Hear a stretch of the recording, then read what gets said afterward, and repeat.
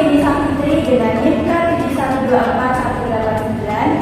Saya Anak Fitrul Nisa dengan NIM K71241168. Saya Dera Ibu Samsoni dengan NIM K71241194. Saya Muhammad Dahami dengan NIM K71241188. Saya Yusuf Zahra Zahra dengan NIM K71241190.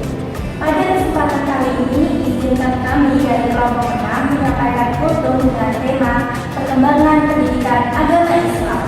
Selamat menyaksikan.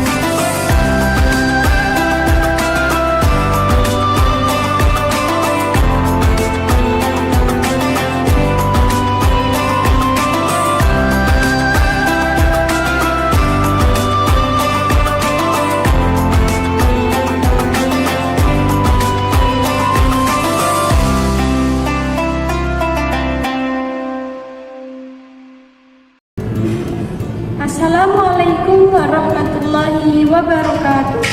Segala puji bagi Allah Subhanahu wa Ta'ala, Tuhan semesta alam. Salawat dan salam semoga tercurahkan kepada junjungan kita Nabi Muhammad SAW beserta keluarga, sahabat dan umatnya hingga akhir zaman. Saudara-saudari yang dirahmati Allah, pendidikan agama Islam memiliki sejarah yang sangat panjang dan mulia. Sejak masa Nabi Muhammad SAW, pendidikan Islam telah menjadi fondasi utama dalam membentuk peradaban. Nabi mengajarkan Al-Quran, akidah, akhlak, dan nilai-nilai Islam kepada para sahabat dengan penuh kesabaran dan hikmah. Pendidikan kala itu berlangsung di rumah, masjid, dan tempat-tempat sederhana yang menjadi pusat pembelajaran ilmu dan ilmu. Ketika Islam berkembang dan para khulafaur rasyidin memimpin, sistem pendidikan mulai terorganisir. Pada masa Khalifah Umar bin Khattab dan Utsman bin Affan, pendidikan diperluas hingga ke berbagai wilayah dan banyak masyarakat turut berperan dalam menyebarkan ilmu. Masuk ke era klasik, muncul lembaga-lembaga pendidikan seperti madrasah dan pesantren yang berkembang pesat, termasuk ketika Islam masuk ke Indonesia pada abad ke-13. Ulama dan wali songo membangun pesantren sebagai pusat dakwah dan pembelajaran. Di pesantren inilah santri-santri belajar Al-Quran, fikih, hadis, dan juga membentuk akhlak. Pada masa penjajahan, meskipun pendidikan Islam mendapat tekanan, para ulama tidak menyerah.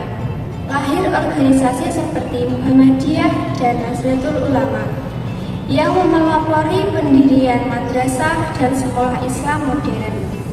Setelah Indonesia merdeka, pendidikan Islam diakui oleh negara dan terus berkembang hingga kini menjadi bagian dari sistem pendidikan nasional.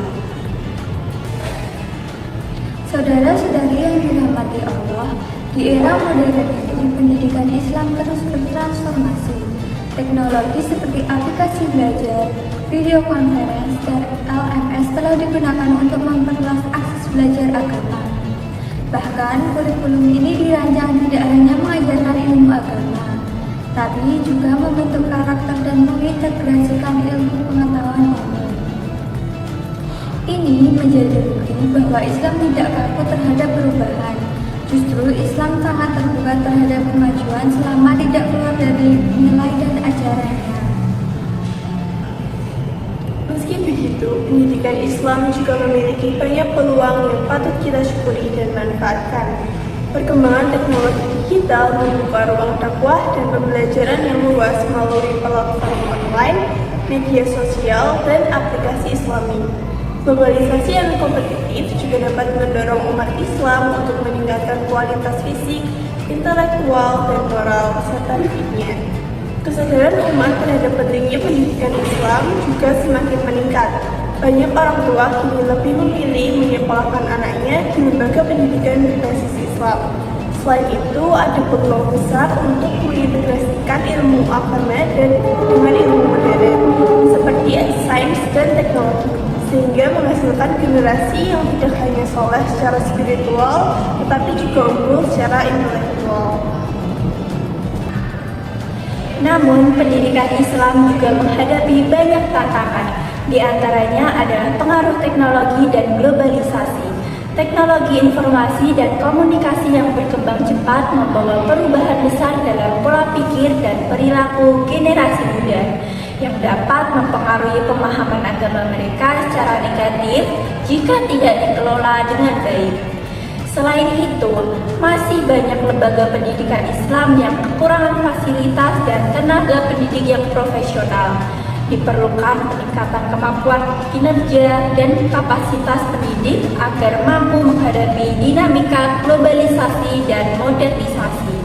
Tantangan lainnya adalah kesenjangan sosial, radikalisme, dan kekaburan identitas juga menjadi tantangan yang harus dihadapi oleh pendidikan Islam. Selain itu, kurangnya inovasi dalam kurikulum yang belum sepenuhnya menjawab kebutuhan zaman, serta dominasi media sosial yang seringkali menjadi sumber informasi yang tidak mendidik. Pendidikan Islam adalah kunci kebangkitan umat Islam. Kita harus menjadikannya sebagai prioritas tidak hanya dengan membangun lembaga fisik, tetapi juga membangun jiwa dan karakter generasi muda. Semoga kita semua termasuk orang-orang yang terus mencintai ilmu, khususnya ilmu agama. Mari kita dukung pendidikan Islam dimanapun berada, baik dengan tenaga, harta maupun doa, agar melahirkan generasi yang berilmu, berakhlak, dan berdaya saing global. Wabillahi taufiq wal hidayah. Wassalamualaikum warahmatullahi wabarakatuh.